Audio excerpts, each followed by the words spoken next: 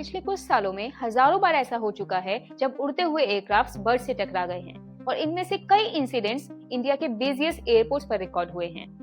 ये सुनने में नॉर्मल लग सकता है, लेकिन अगर एक बर्ड जेट इंजन के अंदर चला जाए तो सिचुएशन कुछ ही सेकंड्स में क्रिटिकल बन सकती है।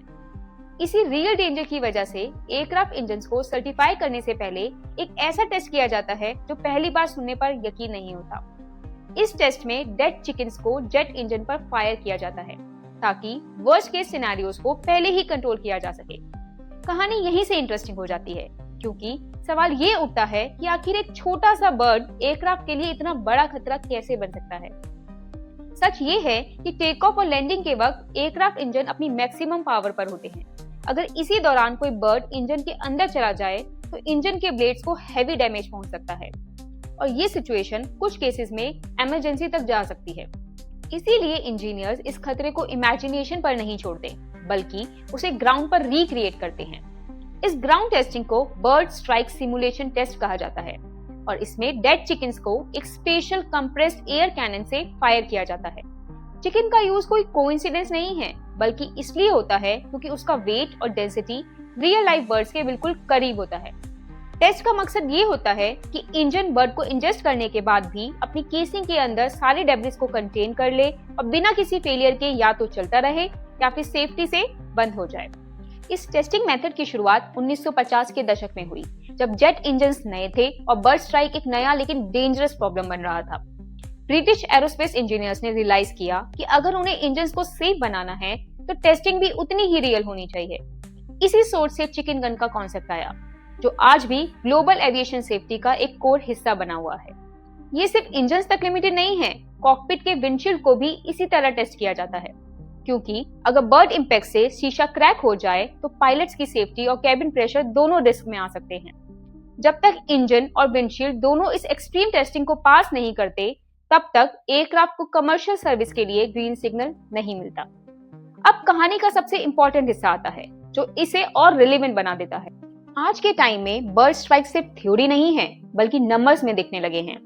मिनिस्ट्री ऑफ सिविल एविएशन के डेटा के अनुसार 2020 से 2025 के बीच इंडिया के 10 मेजर एयरपोर्ट्स पर लगभग 2800 बर्ड स्ट्राइक इंसिडेंट्स रिकॉर्ड हुए हैं। ये नंबर्स इस बात का इंडिकेशन है कि प्रॉब्लम धीरे धीरे बढ़ रही है, खासकर पैंडेमिक के बाद। अगर हम ईयर वाइज ट्रेंड देखें तो पिक्चर और क्लियर हो जाती है। 2020 में लगभग 309 इंसिडेंट्स हुए, जबकि 2023 तक ये नंबर बढ़कर 709 हो गया। ये इंक्रीज सिर्फ फ्लाइट नंबर्स बढ़ने का रिजल्ट नहीं है, बल्कि अर्बन डेवलपमेंट और वेस्ट मैनेजमेंट जैसे इश्यूज का भी इफेक्ट है, जो बर्ड्स को फ्लाइट पाथ के करीब ला रहे हैं।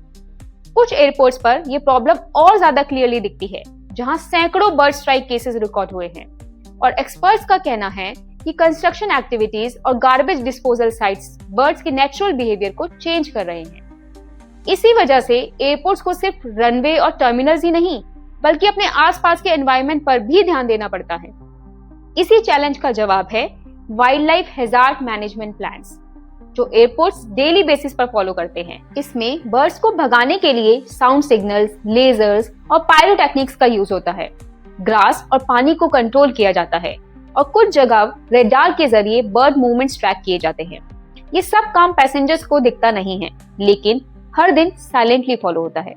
ये भी सच है कि ज्यादातर बर्ड स्ट्राइक्स किसी बड़े एक्सीडेंट में कन्वर्ट नहीं होते, लेकिन एविएशन में सेफ्टी का मतलब होता है कि एक भी रेयर रिस्क को इग्नोर ना किया जाए।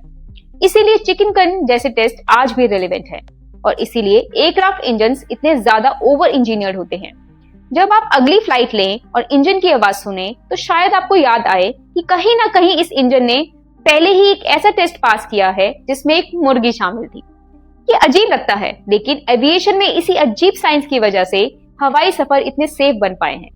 ऐसे ही और इंटरेस्टिंग फैक्ट्स के लिए स्टोरी वाला को सब्सक्राइब करें। मैं डॉक्टर दास अनामिका मिलती हूँ आपसे एक और मजेदार स्टोरी के साथ।